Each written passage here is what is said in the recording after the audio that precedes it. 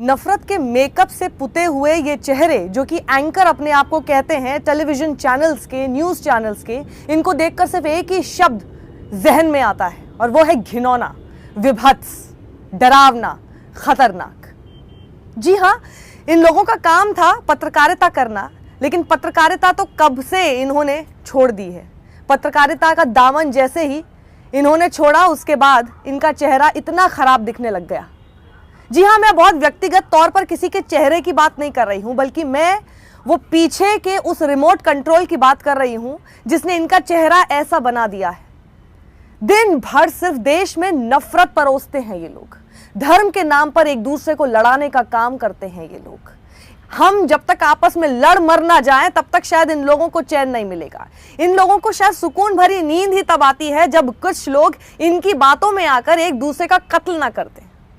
जी, यही सच्चाई है और मुझे बहुत शर्म के साथ ये बात कहनी पड़ रही है। ये हमारी ही फ्रेटर्निटी के कुछ लोग हैं जिन्होंने इस वक्त देश में ऐसा उन्माद मचा रखा है कि लोग एक दूसरे के खून के प्यासे हो चले हैं इन लोगों की वजह से, और फिर कहते हैं हमने क्या किया था, हम तो अपना काम कर रहे थे, हमने ऐसा क्या किया, हमने थोड़ी किसी को बोल दिया कि आप किसी को जाके मार दीजिए। तुम्हारे बोले हुए शब्द और तुम्हारे किए हुए ऐसे घिनौने शोज की वजह से लोगों के बीच में, हर ड्राइंग रूम में, सब लोगों में, परिवारों के बीच में, दोस्तों के बीच में किस तरह से बंधन टूट गए हैं, नफरत हो गई है, एक डिवाइड क्रिएट हो गया है। क्या इन लोगों को इस बात का अंदाजा नहीं है? बिल्कुल है, क्योंकि यही तो इन लोगों का रिवॉर्ड है। जी हाँ, ये वो चैनल है मुकेश अंबानी का चैनल। आपको लगता है कि मुकेश अंबानी को बहुत नफरत में इंटरेस्ट होगा? मुकेश अंबानी नफरत नहीं भी परोसेंगे तब भी वो कोई बहुत गरीब नहीं हो जाएंगे या कम अमीर नहीं रह जाएंगे। मुकेश अंबानी को एक चैनल पर कितना पैसा आ रहा है या नहीं आ रहा है, उससे भी उतना फर्क नहीं पड़ेगा। ये कितने भी सालों तक घाटे में रह जाना मुकेश अंबानी, तब भी आदमी प्रॉफिट में रहेगा, ये आदमी तब भी अमीर रहेगा। इतना अथाह पैसा इन लोगों के पास है। फिर आखिर वो क्या चीज़ है जिसने ऐसे मालिकों के चैनल को ये काम करने पर मजबूर कर दिया है? क्या वो सिर्फ पैसा है? अगर आप ऐसा सोच रहे हैं तो ऐसा नहीं है। ये एक बहुत बड़ा खेल है जो पीछे से रचा जा रहा है। ये सिर्फ पैसा नहीं हो सकता। मुकेश अंबानी जैसा आदमी, उनके पास जितना पैसा है, उन्हें इतना नफरत परोस कर पैसा कमाने की कोई ज़रूरत नहीं है। ये कौन सा खेल है जो कि मुकेश अंबानी रच रहे हैं? क्यों कर रहे हैं? मुकेश अंबानी के चैनल पर किसी ऐड की भी कोई कमी नहीं होगी। कितना भी नफरत परोसे और बहुत अच्छी खबरें, बहुत पॉजिटिव न्यूज़ दिखा दें, वो गुणगान कर लें या वो नफरत परोसे बगैर भी काम कर ले, तब भी उनका चैनल उस तरह से घाटे में नहीं जाएगा। बहुत सालों से ये चैनल काम कर रहा है। इस चैनल में मैं भी काम कर चुकी हूँ। बहुत सालों से पूरा ग्रुप काम कर रहा है। They will never go into loss, at least जैसा हम देख रहे हैं अभी उस हिसाब से। फिर ये क्या है जो इनको ऐसे नफरत परोसने पर मजबूर करता है? इनके शो के नाम देखिए। ये जो कहने को एंकर, ये लोग तो सिर्फ इतनी सी चीज़ में ही हो जाते हैं कि जी मोदी जी ने इनको फॉलो कर लिया ट्विटर पे, तस्वीर खिंचा लेंगे इनके साथ, कभी कभी हो सकता है इलेक्शन के दौरान इंटरव्यू दे दे, इसी में ये लोग खुश हो जा रहे हैं। इनका यही है, ये सिर्फ आगे आपके सामने कठपुतली हैं। इनके चेहरे देखिए। और अभी मैं सिर्फ सवाल ये करना चाहती हूँ कि आचार संहिता लग चुकी है। उत्तर प्रदेश, गोवा, मणिपुर, उत्तराखंड और साथ ही पंजाब, इन 5 राज्यों में इस वक्त चुनाव हैं।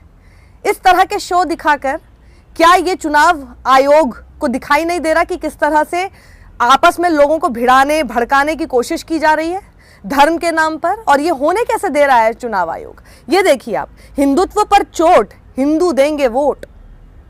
अब आप देखिए कि आपको पहले बताया जा रहा है कि देखिए हिंदुत्व पर चोट की जा रही है। ये किसका एजेंडा है? जरा आप देखिए कि इनके शो के नाम देखिए और फिर आप उससे समझिए कि किसका एजेंडा ये लोग फॉलो कर रहे हैं और आपके सामने इंप्लीमेंट करने की कोशिश कर रहे हैं।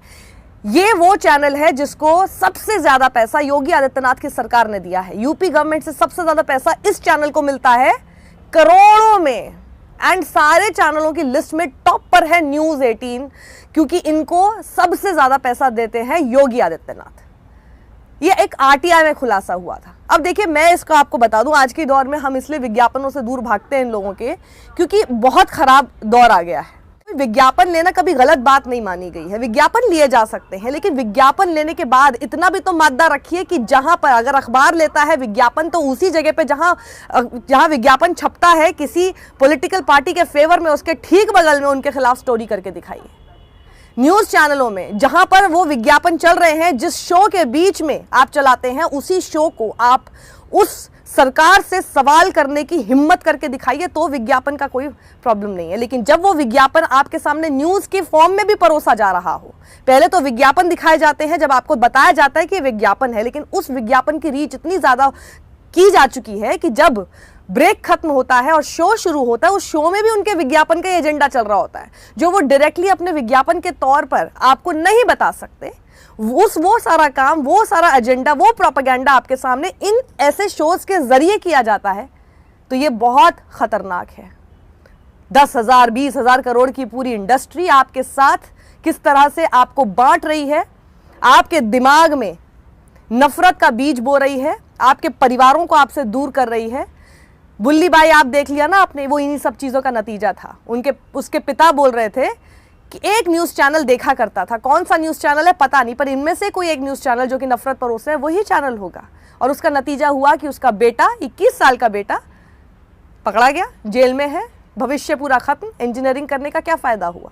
आपके बच्चे बर्बाद हो रहे हैं अगर आप अपने ड्राइंग रूम में इन चैनलों को नफरत परोसने दे रहे हैं, अपने बच्चों के दिमाग में घुसने दे रहे हैं।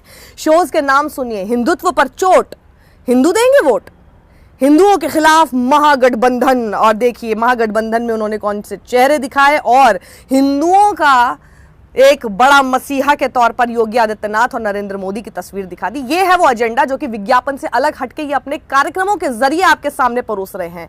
हिंदुओं के साथ आने का टाइम आ गया है। अब ये देखिए, ये कौन कहता है? यही सारी बातें सारा राइट विंग, पूरा बीजेपी, आरएसएस सब लोग करते हैं, और यही अपने चैनल के जरिए आपके सामने सवाल करके, क्वेश्चन मार्क लगा के, इनको लगता है कि हमने तो सिर्फ सवाल पूछा है। ये सवाल नहीं पूछा इन्होंने, ये आपके सामने वही एजेंडा उन्होंने परोसा है जो ये पॉलिटिकल पार्टी और ये सरकार करना चाह रही है, ताकि आपको ये बताने की कोशिश करे कि जब ऐसे सवाल होते हैं तो हिंदुओं के साथ आने का टाइम आ गया है, क्योंकि यही वो बात वो करते हैं। और ये सब चीजें इलेक्शन के दौरान, जैसे जैसे इलेक्शन नजदीक आते हैं और ज्यादा शुरू हो जाता है, ताकि आपको बताने की कोशिश करें कि हिंदू तुम मत बच जाना। क्योंकि आपको समझ में आ ही रहा होगा ना, हिंदू अगर अपने धर्म के आधार पर वोट करना बंद कर दे, काम के आधार पर वोट करे, और अगर वो फिर बट जाए, क्योंकि उसको फला किसी और पार्टी का काम भी पसंद आ सकता है, किसी और नेता का काम पसंद आ सकता है, तो अगर आप बट गए ना हिंदू, तो इनकी राजनीति हो जाएगी खत्म। इसलिए हिंदू हिंदू हिंदू, 2014 से पहले हिंदू खतरे में था, 2014 के बाद इनके हिसाब से इन्होंने मुसलमानों को खतरे में ला दिया। अभी तक हमको सुनने को मिल रहा है हिंदू खतरे में, खतरे में, नहीं नहीं नहीं, आगे और खतरे में आ जाएगा। इतना खतरे में कि नरेंद्र मोदी जी खतरे में आ गए फ्लाईओवर पे। तो सोचिए ना, ये नेवर एंडिंग है, ये कभी खत्म नहीं होने वाला। बता दीजिए 2014 से पहले आप कौन से खतरे में थे और आज आप कौन से सुरक्षित हो गए हैं, या आज आप कितने खतरे में हो गए हैं। तो ये तो और भी ज्यादा बुरी बात है कि एक हिंदुओं की सरकार होते हुए भी अगर हिंदू खतरे में है, अभी भी है और पिछले 8 साल से है, तो कभी ये खत्म नहीं होगा क्या? It's never ending. And these channels, देखिए सबसे ज्यादा फायदा तो किस पार्टी को हो रहा है? वर्चुअल रैली की वजह से, क्योंकि जाकर रैली करना तो बीजेपी अगर करना चाहती वो वैसे भी करेगी, लेकिन अगर वो नहीं भी करना चाहती तो ये न्यूज चैनल्स उनका एजेंडा वैसे ही चला देते हैं।